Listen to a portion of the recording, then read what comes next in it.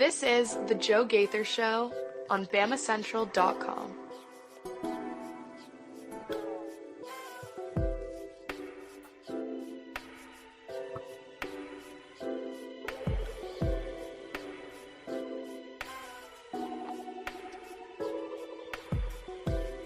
Good afternoon, Tuscaloosa. Good afternoon, Tuscaloosa, Internet World, West Alabama. How we doing today on a Tuesday? It's the Joe Gaither Show on Bama Central, BamaCentral.com. We're hanging out with you just after Alabama football's practice and the media availability part of the day. So I hope everybody is having a great day, and we apologize for being a little later in the day. We will be a little later in the day tomorrow, as well as it is the 5th of 6 practice viewings tomorrow. So we just got done with practice viewing. Today was 5. We'll do 6 and then one more. I think there's 7 total on the sheet. On the sheet that we were given before fall camp. So we were busy this morning, and we'll be busy tomorrow. So we're here for an afternoon edition of the Joe Gaither Show on Bama Central and BamaCentral.com. You're watching us on the Bama Central YouTube channel, listening to us on Spotify, Apple Podcasts, and Amazon. We appreciate everybody checking us out on their favorite podcast platforms. I am here with my man Mason Woods. You can follow Mason at MAWoods_ on the Twitter machine. You can follow myself at Joe Gaither 6. And so we are here. We're proudly sponsored by Derek Daniel and State Farm Insurance. Call Derek for all of your insurance needs at 205-758-3391. Home, life, auto insurance. I know my man Theo is in the middle of moving from a apartment to apartment, and he's going to get great renter's insurance from Derek Daniel. So you're going to call 205-758-3391 for all of your insurance needs. And we appreciate Derek Daniel sponsoring the Joe Gaither Show on Bama Central. What are we going to do today, Mason Woods? We're going to talk about the coaches poll, even though yesterday I told everybody that the coaches poll doesn't matter. We'll talk about where Alabama is ranked. It's the lowest ranking for the Crimson Tide since 2008, when the Crimson Tide entered the season unranked. So does it mean anything? No. Does it mean something? Maybe. We'll talk about where the coaches poll fell yesterday for the Crimson Tide. We will talk about Alabama's offensive and defensive lines just a little bit more today. We'll talk about the running backs. Ryan Grubb gave us a little bit of juice on the running backs today. So we got a lot to talk about from a weekend and a Tuesday day of practice. I know you were out there on Saturday, so I want to get your perspective on the minute and a half that you got to see on Saturday. We want to get that perspective, and then we're going to close with the Alpha. Alexander Lincoln, New Era Wrestling's open weight champion, joins us here towards the back end of the program because he's going to tell you about a great event coming to Tuscaloosa. They're coming. New Era Wrestling is back in Tuscaloosa coming up soon. So we will talk about that, when and where and how with the Alpha Alexander Lincoln here on the back end of the program. With all that, as I said, follow Mason Woods at MAWoods_ on the Twitter machine. Good afternoon, Mason. How we doing, sir? I'm doing good today. Doing good. I have enjoyed the last couple of days of just like a bombardment of content from the Alabama football team because of this media day. This was a very cool week for Alabama football, allowing the media to get behind the curtain a little bit and talk to some of the guys. And I've enjoyed seeing some of the stuff that has been put out on Alabama Crimson Tide on SI from our friend Katie Wyndham, Will Miller, Hunter Decipher, everybody there doing a really good job. And then I had a great time this weekend getting up to practice. It was a little hot out there, but it could have been worse, definitely. And I got to see a little taste of what they're working on. Obviously they don't let us see a ton. Don't really let you see the nitty gritty, but you get to see some guys running through some drills. You get to see some a little bit of the team chemistry there, and I enjoyed that. They don't want to be giving away the juice, Mason. They know if they let you stay out there, you're going to see it all. I will sell those secrets to the rest of the SEC. Absolutely. The highest bidder, welcome. Hugh Freeze coming into your DMs right now. Well, we know he doesn't have any money. Well, right.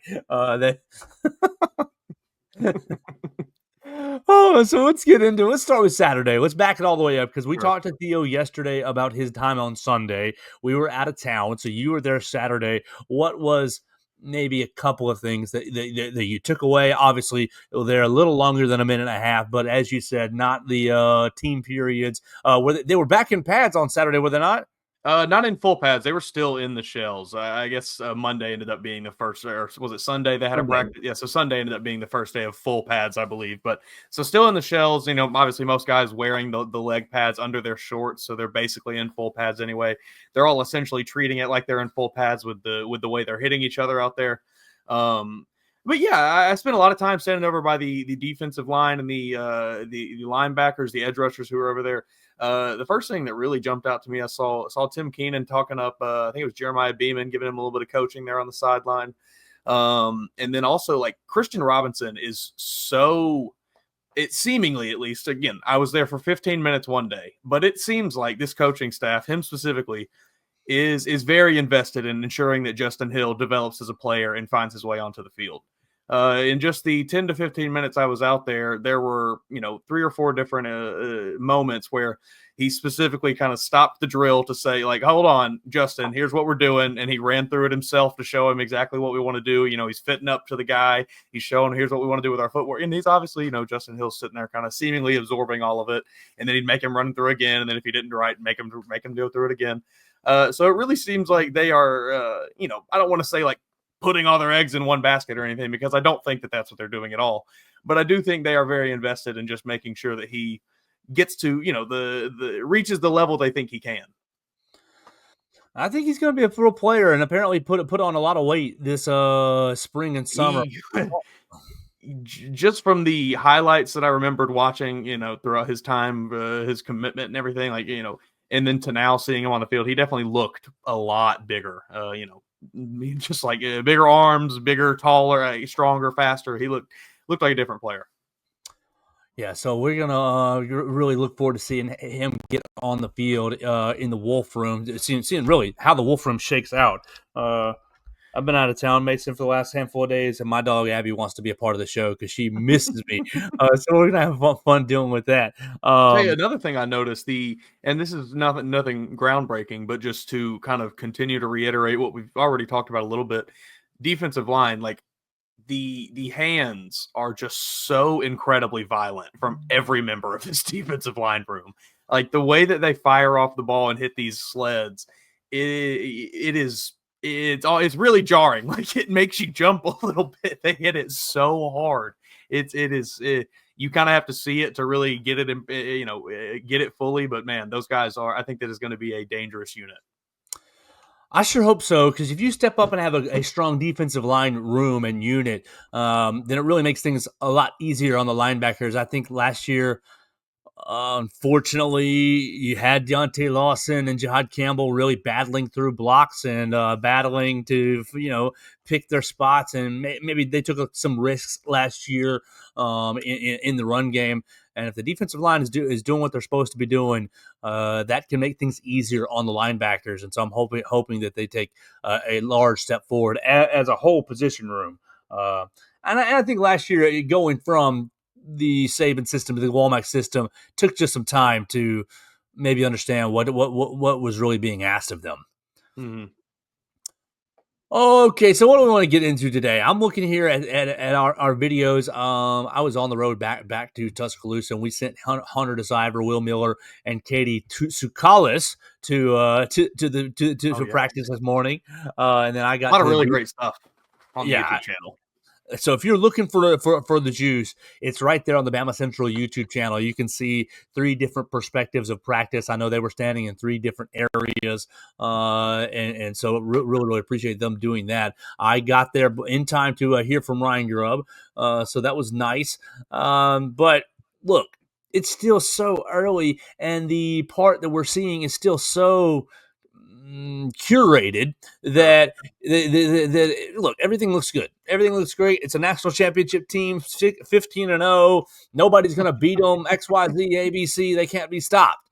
And there is a little bit of that I do believe, but the negatives are being not hidden per se, but it's hard to see the negatives while they're not in full pads. They were in full pads Sunday, and then today not in full pads again. So they're still in this early acclimation period. They've got 15 more practices to go in fall camp, and then they'll have a real game week practice for Florida State. So still lots of just, hey, we're making sure that we know how to move on a football field. Sure. And I think there is high-level coaching happening in the technique portion, but that's really all we're able to see is the technique portion of the practices. What you getting into, girl? Okay, good. Is the technique portion of the practices. I thought that Ryan Grubb's comments today were pretty interesting in terms of how it related to the running backs, because he was asked, "Hey, coach, what do you see about the running backs?" And he gave your generic complimentary. This guy. Well, first it was Jam Miller. It was Jam Miller. I saw Will Miller's tweet was what was he asked? One question to describe the running back room or something like that, and Grubb just said Jam Miller. Yeah, it was Jam Miller, and then big old gap, and basically the rest of them. And he complimented the rest of them on what they were doing well. But then I asked him, "Well, coach, how many running backs do you think you'll be playing this year? How many running backs can this basically offense support?" And he essentially went through and he essentially went through and was like, "Well, we're lucky to have a lot of good running backs, XYZ." But he said, "Well, it's probably going to be 3." And so, Mason, we've been talking about running backs a lot, about Jam and about Richard Young and about Dreeland Washington and Daniel Hill. And it's very clearly that Jam's going to be the 1A running back. And so you think about who's going to be the 1B and 1C, who's going to be filling that role of 3 running backs.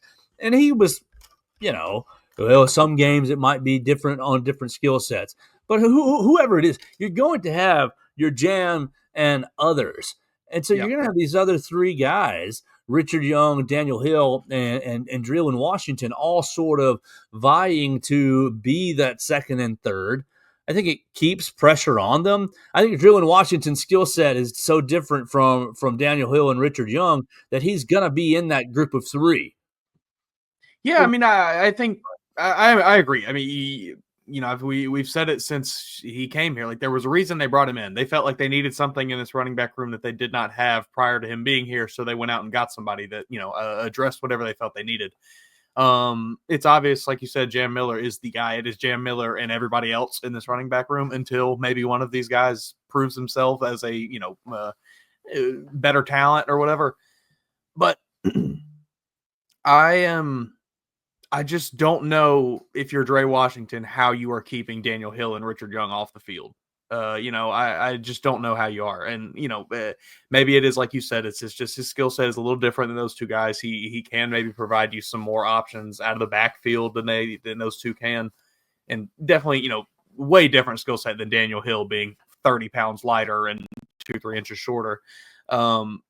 But I don't know. I think it's just going to be really hard to keep those guys off the field. I think the opportunities for Daniel Hill will come just because of the physical prowess and how impressive he is physically. He's not Derrick Henry, but it's kind of like Derrick Henry light. You kind of have your own little mini version of him here in 6'1", 245. So I know that he'll get his opportunities probably in more short yardage goal line situations, but regardless, he'll get on the field. And Richard Young, I would think maybe him and Dre Washington are going to be more competing for splitting time, and then you kind of have Daniel Hill as your more specialty option there. But I really don't know. I think it's going to be hard for Dre Washington to keep those 2 guys off the field if he is, maybe that second option that they want. Yeah, I think that Jam's your first guy, and Dre. I think they see Dreeland Washington more as a home run hitter, more as a big play speed guy. Get him in the backfield in the passing game, and so it's really going to be Richard Young and Daniel Hill battling each other for who's going to be the battering ram, who's going to be the hammer. I'm going to give that nod to Daniel Hill.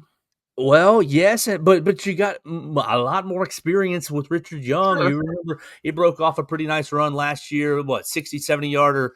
Was that against Missouri? I think it was late in the game.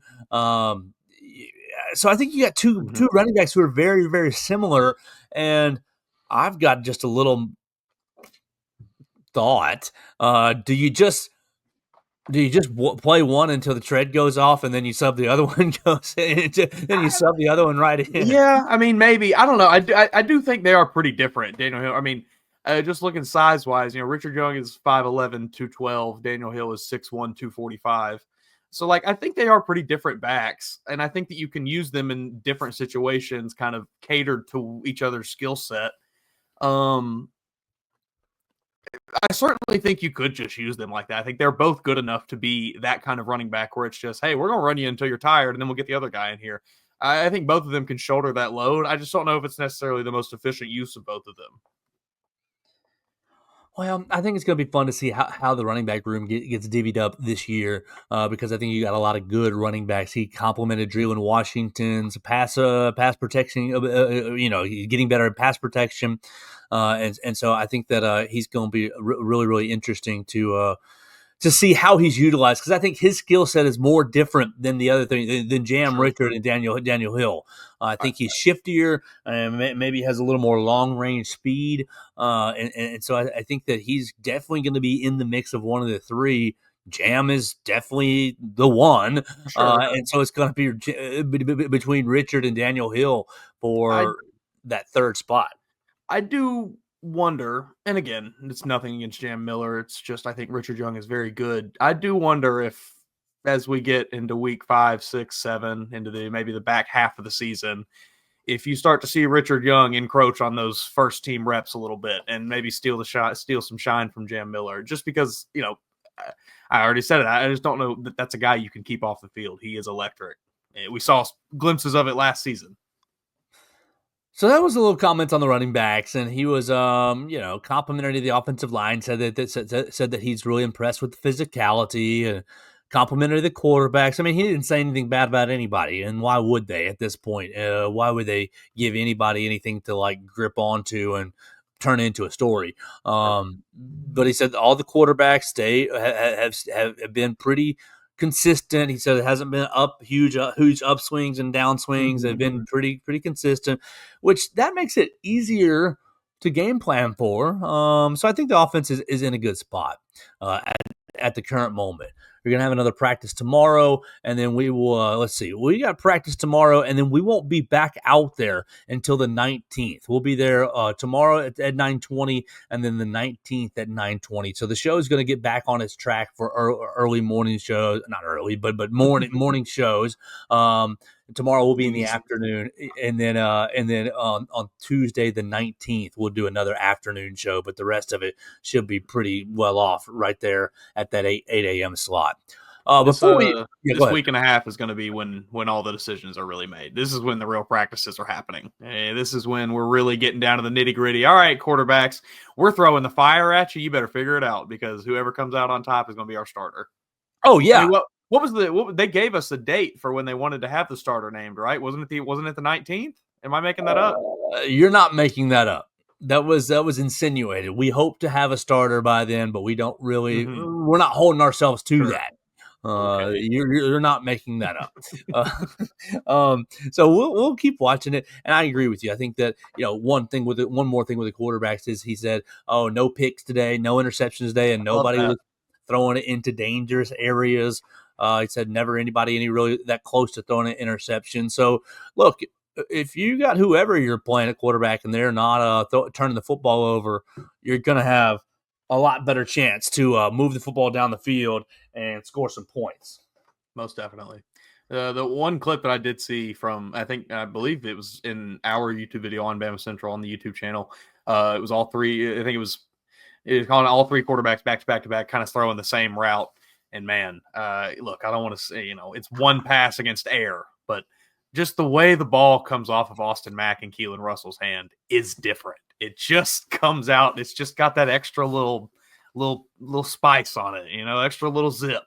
And Ty Simpson, he made a perfectly fine throw just as well. It was on target. Probably would have been a touchdown, but it just didn't have that extra zip on it. Didn't have that, it had a little too much air under it.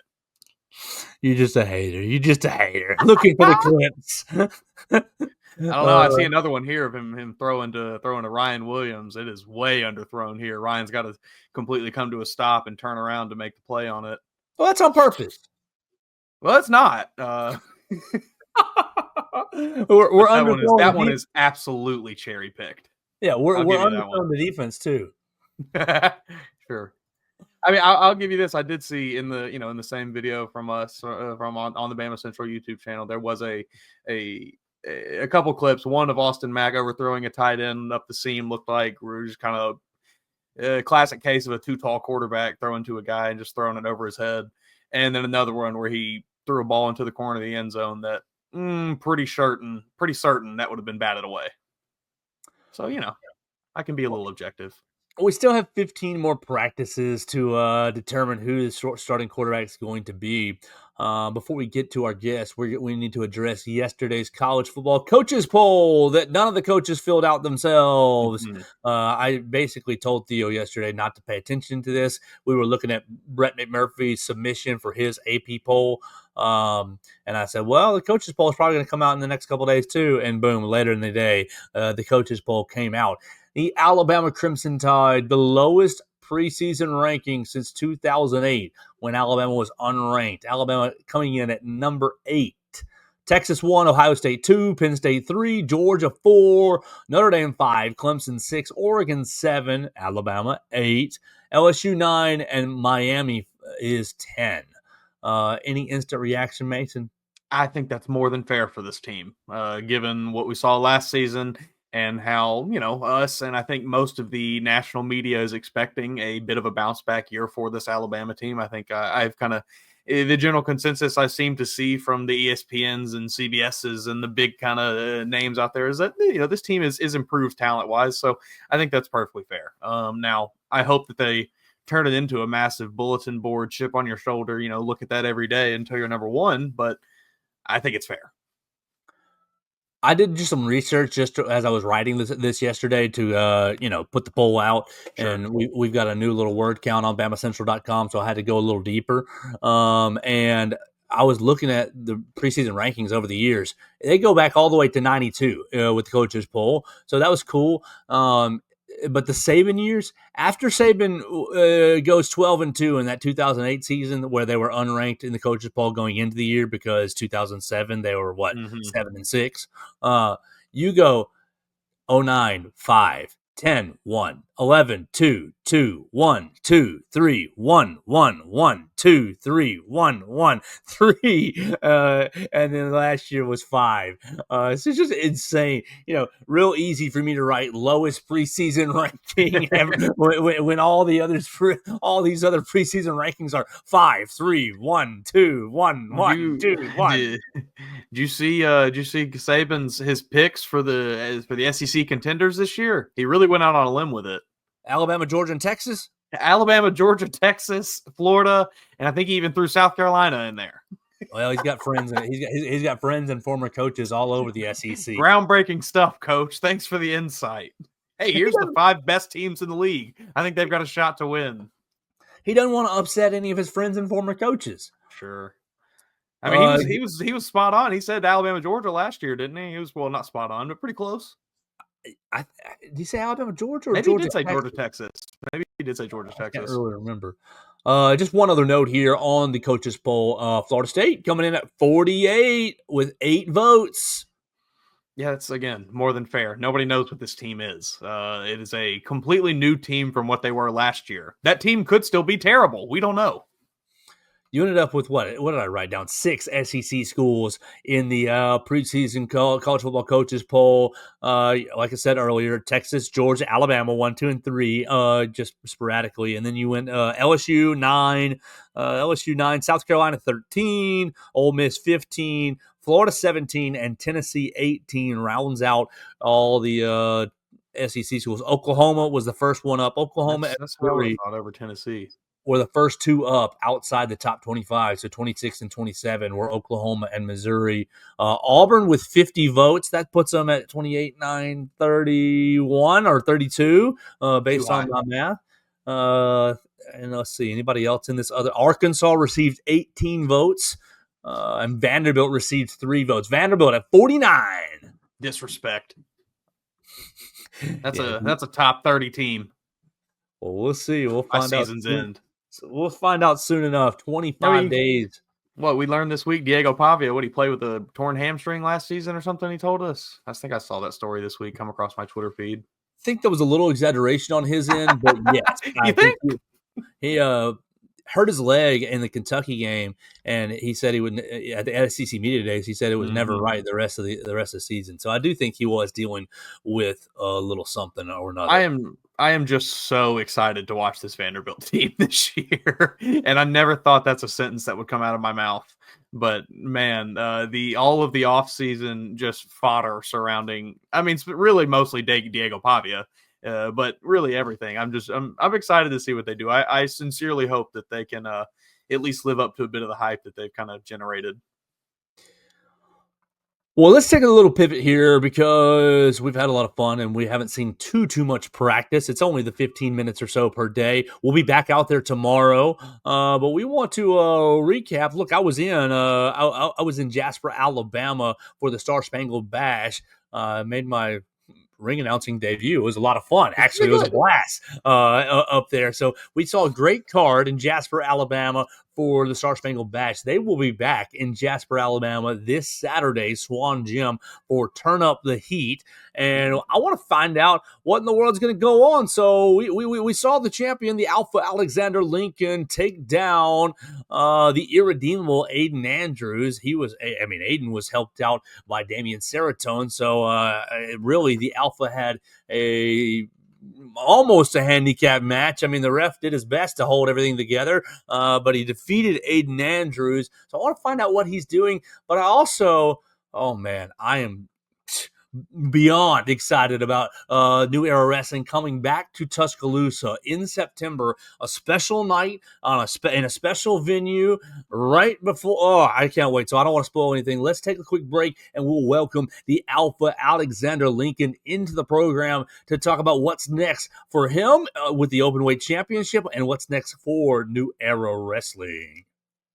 Northport Lions Club and St. Mark Church present a free health fair in honor of Dr. Norman and Jean Carlson, Saturday, August 23rd, 8:30 till noon. That'll be in the St. Mark Family Life Center. Northport citizens can get free eye, hearing, and blood pressure screenings, diabetes testing, and more. Now, the first 100 people get a free biscuit, and free Domino's pizza slices will be served at 11, along with free snow cones and drinks from Buffalo Rock. Sponsors include Alabama Lions Site, Ascent Audiology, DCEH Regional Medical Center, West Alabama Food Bank, Special Olympics, Northport Police Department, U of A Institute for Rural Health, the Alabama Department of Public Health, and others. A Northport Fire Department truck will be on site, and there will be lots of fun kids' activities. The Northport Lions St. Mark Health Fair. See you Saturday, August 23rd. You need length and girth in this league. That's so perfect. I'm watching a video right now of Hugh Freeze from this Netflix SEC football series, and he's talking to the whole team. He is talking directly to the seniors and veteran players, basically telling them, "I'm sorry that you're not going to get to see how good we turn into, like how good we get." Like what? What a weird message. He says, "I'm sorry that you're not going to get to experience the fullness of this program over the next few years." What does that even mean? You won't get to experience it either, Hugh Freeze. Let's just be honest. Buddy, like what are you talking? He says, "I have a text here from a linebacker, one of Auburn's senior linebackers, and it's, if we have to suffer to learn adversity this year or something like that, coach, I'm okay with it." Like, what? That's not real. He did not tell you that. Well, let's find out. You need length and girth in the SEC, but you also need length and girth if you're stepping into the wrestling ring. And we're going to try to do that this way right now with the Alpha Alexander Lincoln. He just defeated the irredeemable Aiden Andrews, and he's going to be back in action. Well, we'll find out if he's going to be back in action at Turn Up the Heat. This Saturday, Swan Gym, New Era Wrestling is back at it in Jasper, Alabama for Turn Up the Heat. Good afternoon, Lincoln. Thank you so much for taking some of your time out of your busy training schedule and joining us today. Thank you, guys. Always love being here. It's been too long. man, fall camp schedule has got us all turned around. We left the Star Spangled Bash and went basically straight to Atlanta for the SEC Media Days, and we were jumping in at 4 or 5 days in a row, and I've just been head spinning ever since. So I'm really, really looking forward to Saturday, taking my feet, taking a little load off and enjoying Turn Up the Heat. Let's start right there before the big announcement of what's coming to Tuscaloosa. What is I see this Romeo and Mr. 1985, and I'm seeing all this long-time rivalry. And I've only been watching New Era Wrestling for about February, March or so. So I'm not familiar with any of this long-term rivalry stuff, any of this all-time greatest New Era Wrestling matches stuff. But apparently we're revisiting a classic rivalry this weekend in Jasper, Alabama. Yeah, that's right. So that was about the time probably I started training there when Romeo first came on the scene. And it was the first or second show I ever went to. It was a cage match between Romeo and Cody Wyndham. And they did a top rope Spanish fly. And I was like, wow, I didn't think you would see things like that around here. It was crazy. But Romeo is he's incredible. I think when you see him in person, you'll see what I'm talking about. He is an absolute animal. He has the total package. He's got the look. He's got the moves. I mean, he is a beast. His character, his entrance is great. You're really in for a special surprise. But he and Bubba had what many would say is the best rivalry, the most brutal or intense rivalry at New Era. I think that's probably true. If I'm not mistaken, the last time they wrestled, Bubba beat him with a hammerlock DDT, but he had pulled back the canvas and the padding off the mat. It was just the wood boards. It was intense, man. So I think you're in for a special treat with Romeo's coming back to town for sure. I don't understand why he's not on TV Monday nights or Friday night. I mean, we'll see what you think when you see him and see him work and see his whole deal. He's pretty popular. He comes up from Tampa, I believe, so he's worked all over Florida and all over, but he's really good. All right, so you got Romeo Corvedo and Mr. 1985 at Turn Up the Heat. But for the champion, we saw you take down the irredeemable Aiden Andrews in really a match that you were almost, cornered by the Dragon Syndicate. They brought out Damian Seratone. He tried to, smack you with his belt, and the ref, thankfully, one of the times the ref was actually paying attention, got you basically protected a little, just a touch, but you still had a huge fight on your hands, and you were able to come out victorious against the irredeemable Aiden Andrews. What's next for you? Will you be in action this week? Because it seems like you kind of taking care of a threat here with Aiden Andrews. Will you be in action, or will you just be watching, taking notes on potential next competitors in New Era Wrestling? No, I guess I'll give you you can have the scoop here. I think two Fridays ago at Pro South Wrestling in Piedmont, Pro South has a what's called members only, where you and they stream after the show for members only. The members only 2 weeks ago was a New Era gauntlet match to name the number one contender. It's available now on YouTube, on New Era's YouTube, so you can watch it. But I will give you the scoop. Saturday at Turn Up the Heat in that Swan Gym, I will be defending the New Era Open Championship against Sleazy C, Cade Newton. So I've not wrestled him before. We were number 1 and 2 in the Rumble this year, but I have not had a match with him before. So, and he's got that Vixen with him that comes out there. She's dangerous too. So everywhere I turn, it seems to be just constant peril. Outnumbered.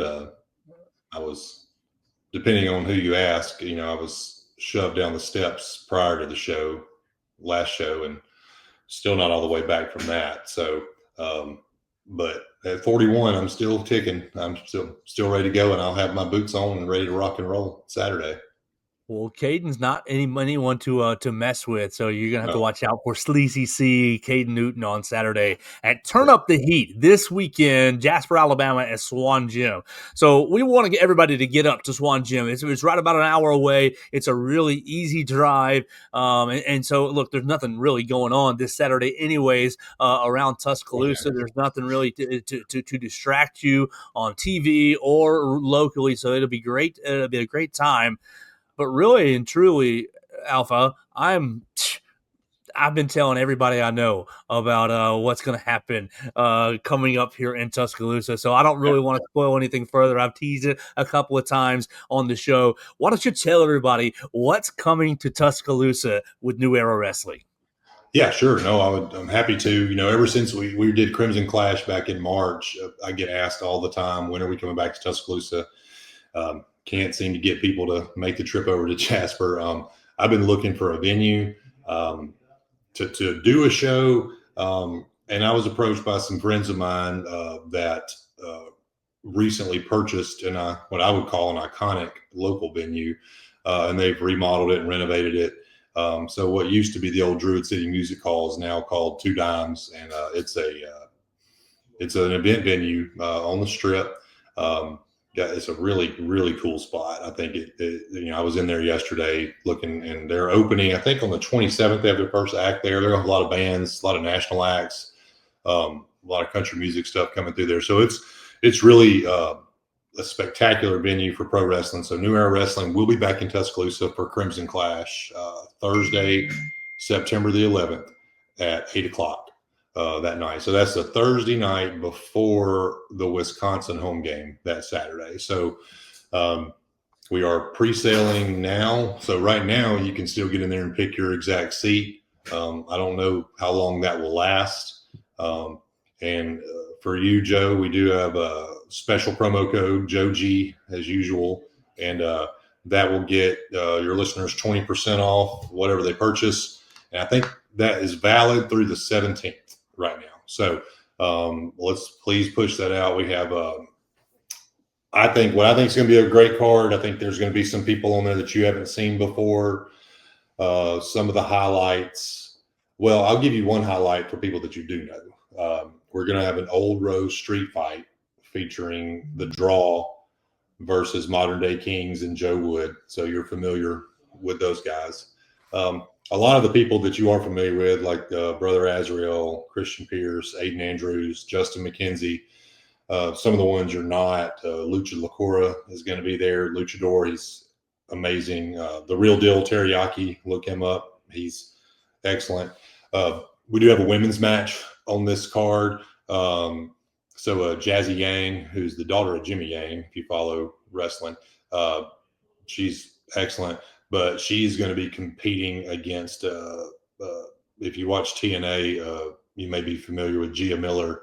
She does a lot of backstage correspondent work and for TNA on television. She also wrestles, and so she's going to be performing against Jazzy Yang. She's actually a UA alumni and a former Phi Mu at the university. So she was excited when we reached out to come back here and be a part of the show. So, yeah, I mean, I'm super excited. I'm super nervous at the same time, but I'm ready to get this thing done, to get this. We were excited to launch the marketing yesterday.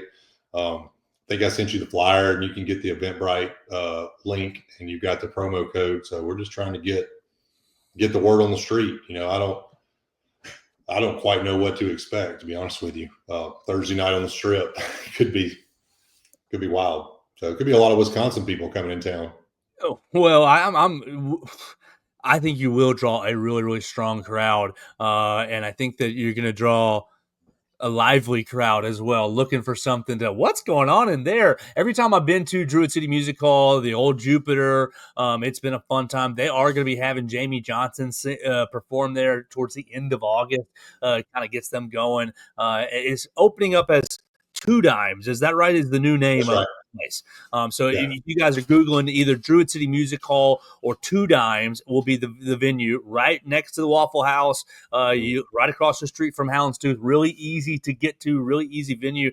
And I can't wait to see what a wrestling ring looks like in that venue.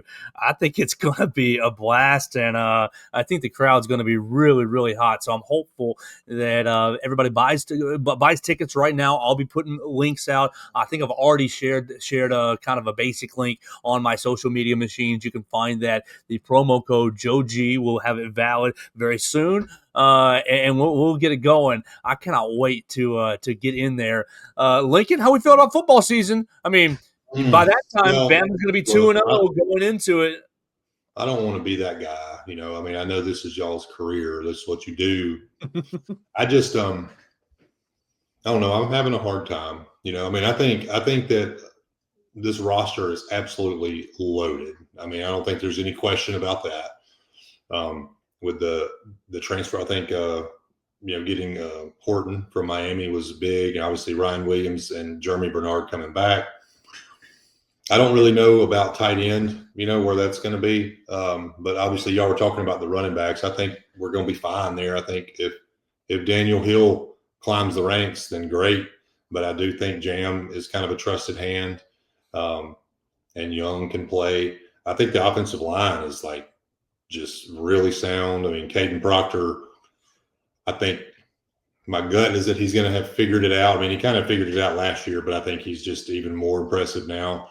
I expect that Wilkin Formby is going to have a really good year because I feel like fortune favors those that, he had a tough game against South Florida last year and dealt with all that. But I really feel like fortune favors those that ride through that and don't disappear and don't quit, which he didn't. I think he stayed, he worked.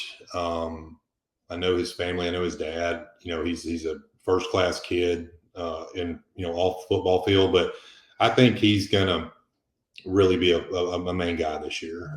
Defense, I'm really excited about the defense. I just won't, I'm having a hard time seeing a lot of the coverage that I see. They're like, oh, here's Ty Simpson throwing the ball, looks good, all this stuff. I'm like, we lost to Vanderbilt last year.